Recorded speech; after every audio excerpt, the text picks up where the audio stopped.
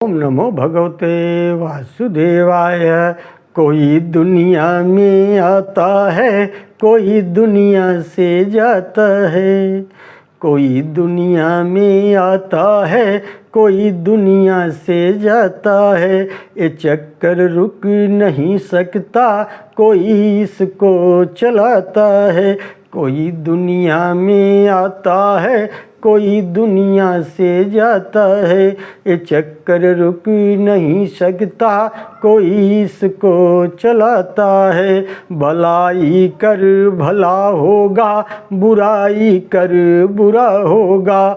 भलाई कर भला होगा, बुराई कर बुरा होगा। जो जैसा बीज बोता है, वो वैसा फल भी पाता है।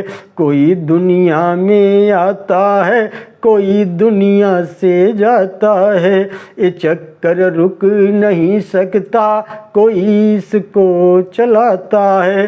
प्रभु का ध्यान करने से सभी का दुख दूर होते हैं। प्रभु का ध्यान करने से सभी दुख दूर होते हैं। कभी सुख पा नहीं सकता प्रभु को जो भुलाता है। कभी सुख पा नहीं सकता प्रभु को जो भुलाता है। कोई दुनिया में आता है, कोई दुनिया से जाता है। ये चक्कर रुक नहीं सकता, कोई इसको चलाता है। वो कण कण में समाया है, नजर फिर भी नहीं आता। वो कण कण में समाया है, नजर फिर भी नहीं आता। वही सृष्टि का करता है, वही मुक्ति का दाता है। वही सृष्टि का करता है, वही मुक्ति का दाता है। कोई दुनिया में आता है, कोई दुनिया से जाता है। ये चक्कर रुक नहीं सकता, कोई इसको चलाता है। जिसे हर ऋषि मुनि योगी तपस्वी याद करते हैं। जिसे हर ऋषि मुनि योगी तपस्वी याद करते हैं। उसी के ही मगन मन से पथिक भी गीत गाते हैं। जिसे हर ऋषि मुनि योगी तपस्वी याद करते हैं। उसी के ही मगन मन से पथिक भी गीत गाते हैं। कोई दुनिया में आता है, कोई दुनिया से जाता है। ये चक्कर रुक नहीं सकता, कोई इसको चलाता है। कोई दुनिया में आता है, कोई दुनिया से जाता है। ये चक्कर रुक नहीं सकता, कोई इसको चलाता है। ओम नमो भगवते वासुदेवाय। मुनियों ने कहा, हे महर्षि, अब हम आपसे जगत के संहार की कथा सुनना चाहते हैं। कल्प के अंत में जो महाप्रलय होता है उसका वर्णन कीजिए। व्यास जी बोले, हे मुनिवरों, कल्प के अंत में तथा प्राकृत प्रलय में जो जगत का संहार होता है उसका वर्णन सुनो। सत्य युग, त्रेता युग, द्वापर युग और कल युग, ये 4 युग हैं जो देवताओं के 12,000 दिव्य वर्षों में समाप्त होते हैं। समस्त चतुर्युग स्वरूप से एक ही होते हैं। सृष्टि के आरंभ में सतयुग होता है तथा अंत में कलयुग रहता है। ब्रह्मा जी प्रथम सतयुग में जिस प्रकार सृष्टि का आरंभ करते हैं वैसे ही अंतिम कलयुग में उसका वो संहार कर देते हैं। मुनियों ने कहा, हे भगवान, कल के स्वरूप का विस्तार पूर्वक वर्णन कीजिए, जिसमें 4 चरणों वाले भगवान धर्म खंडित हो जाते हैं। व्यास जी बोले, हे निष्पाप मुनियों, तुम जो मुझसे कलि का स्वरूप पूछते हो वह तो बहुत बड़ा है, तथा मैं संक्षेप में बतलाता हूँ, उसे सुनो। कल युग में मनुष्यों की वर्ण आश्रम संबंधी आचार में प्रवृत्ति नहीं होगी। सामवेद, ऋग्वेद और यजुर्वेद की आज्ञा के पालन में भी कोई प्रवृत्ति न होगा।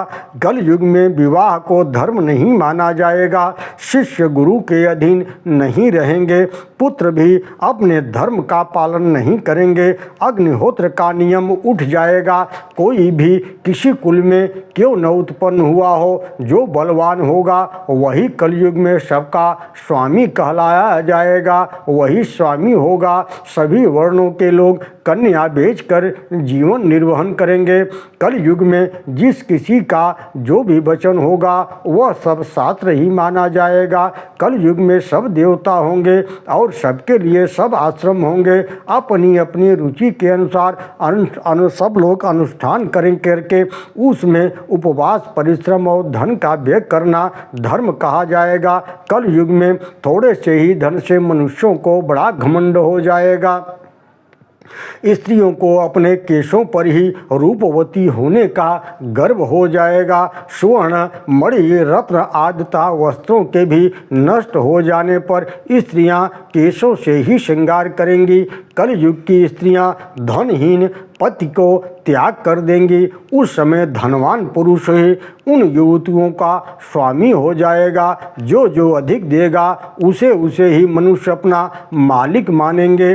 उस समय लोग प्रभुता के कारण ही संबंध रखेंगे। द्रव्य राशि घर बनाने में ही समाप्त हो जाएगा। उससे दान पुण्य आदि न हो पाएंगे।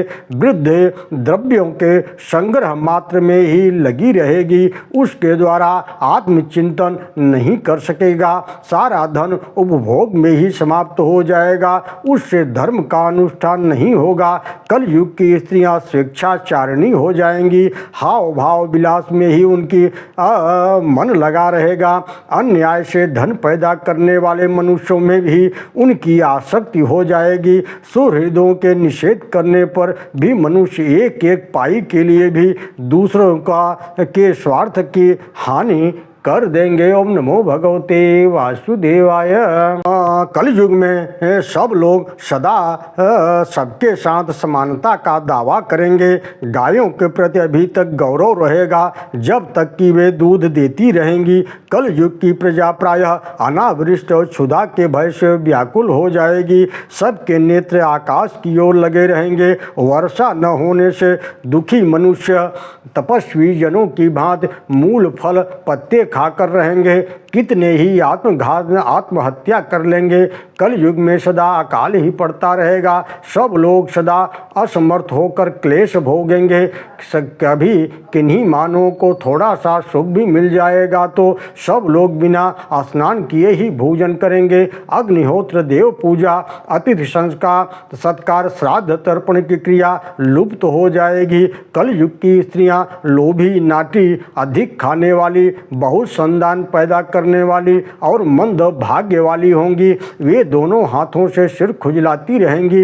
गुरुजनों और पति की आज्ञा का उल्लंघन करेंगी तथा पर्दे के भीतर नहीं रहेंगी। अपना ही पेट पालेंगी। क्रोध में भरी रहेंगी। देह अशुद्धि की ओर ध्यान नहीं देंगी। देह शुद्धि की ओर ध्यान नहीं देंगी। असत्य और कट वचन बोलेंगी। इतना ही नहीं, वे दुराचारणी होकर दुराचारी पुरुषों से मिलने की अभिलाषा करेंगी। कुलवती स्त्रियां भी अन्य पुरुषों के साथ व्यभिचार करेंगी। ब्रह्मचारी लोग वेदोक्त व्रत का पालन किए बिना ही वेदाध्ययन करेंगे। गृहस्थ पुरुष न तो हवन करेंगे और न सत्पात्र को उचित दान देंगे। वानप्रस्थाश्रम में रहने वाले लोग वन के कंदमूल आदि से निर्वहन न करके ग्रामीण आहार का संग्रह करेंगे और सन्यासी भी मित्रादि के स्नेह बंधन में बंधे रहेंगे।